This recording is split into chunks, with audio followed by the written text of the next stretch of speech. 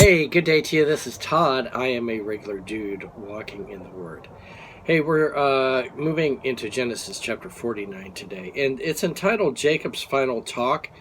There's going to be several episodes on Jacob's Final Talk because what he does in his final talk is he calls his 12 sons together, and well, including probably Joseph's sons too, so there'd be like 14 there.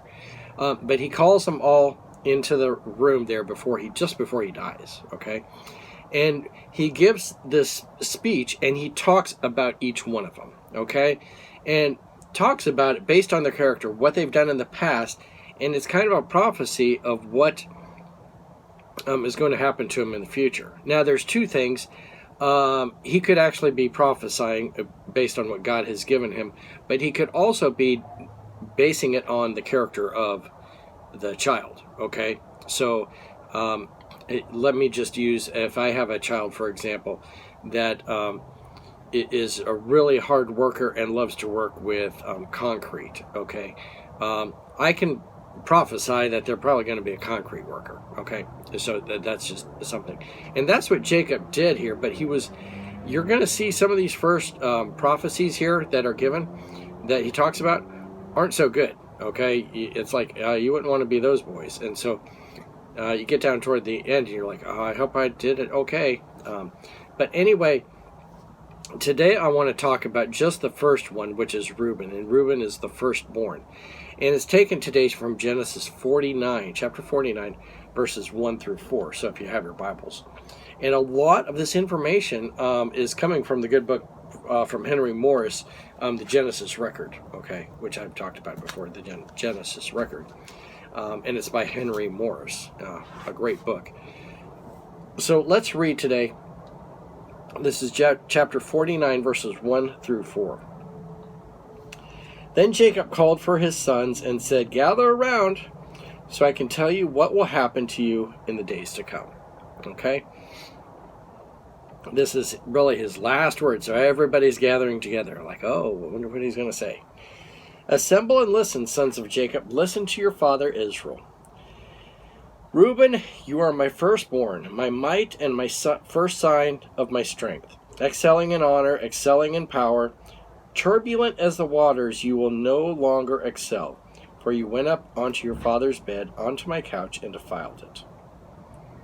That's it. Okay, he ends there with Reuben. That's all I'm going to read today. But let's dissect this. Reuben was his firstborn son, and it was, if you remember, he had essentially four wives. He had Rachel and Leah, okay, and he actually married Leah first, and then Rachel. And Rachel's really the only wife he wanted, but he got a package of four, really. And then you had the servants of each of Rachel and Leah, okay? So, and Bilhah was the servant of Leah, all right? So, what happened here is Reuben says, "You're my firstborn, and you're sign of my strength," you know, and that's great. And our firstborn, he's talking about how great his firstborn is there. But that's where it ends, okay? What happens then, he says, "You're as turbulent as the waters, and you will no longer excel." Okay, or the King James, it says, what does it say? Unstable as water.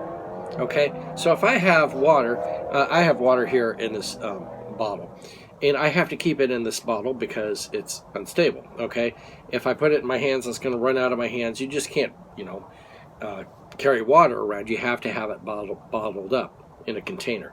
So it's unstable. And Jacob goes, "You are as unstable as water." Okay, so you're wishy-washy, like, oh, what am I going to do? Okay, and that doesn't make for a good leader if you're like that, unstable like that. And so that's what he says about him. Now, he says also here, "You're as unstable as water, for you went up unto your father's bed, unto my couch, and defiled it." Okay, that goes all the way back to, well, where is that? Genesis 35. Okay, where Genesis 35, verses 22, he went up and he slept with Bilhah, okay, which is the concubine of Leah. And actually, it's the mother of some of his brothers, okay? So this is incest, okay, which is a sin, and adultery also, okay? So all that was playing into. So he sinned. Jacob never said, at the beginning, he never really said anything about it. It seemed like, did you just notice what happened? Nothing was said until he's on his deathbed here, and then he says it. He says, you know, I know what you did. You slept with my one of my wives, so you're never going to amount to anything. And you know what? The tribe of Reuben never did amount to anything. Okay, they were when they got to the promised land, they were the first tribe to like go, hey, you know what? We don't even want to go into the promised land. We want to settle on this side of the promised land. Okay, so they were first to get the land, and then they were at other times everyone would be called to arms to defend the whole country, and they wouldn't come. Okay, and then there's all kinds of stuff, but you will never find any king, any prophet, or any judge from the tribe of Reuben. Okay, never. And there was never anyone great came from that tribe, and it goes all the way back here. There's other tribes that Jacob said, you know, you didn't start out so great, but they actually then redeemed themselves later on. Okay, not all of them started out great, but some of them actually redeemed themselves and turned out really well. Okay, but Reuben, he started out bad and he continued bad, and realistically, you really don't hear of anyone from the tribe of Reuben today. Okay, so, and again, no one great ever came out of Reuben. They just kind of died out there, got assimilated into the other tribes.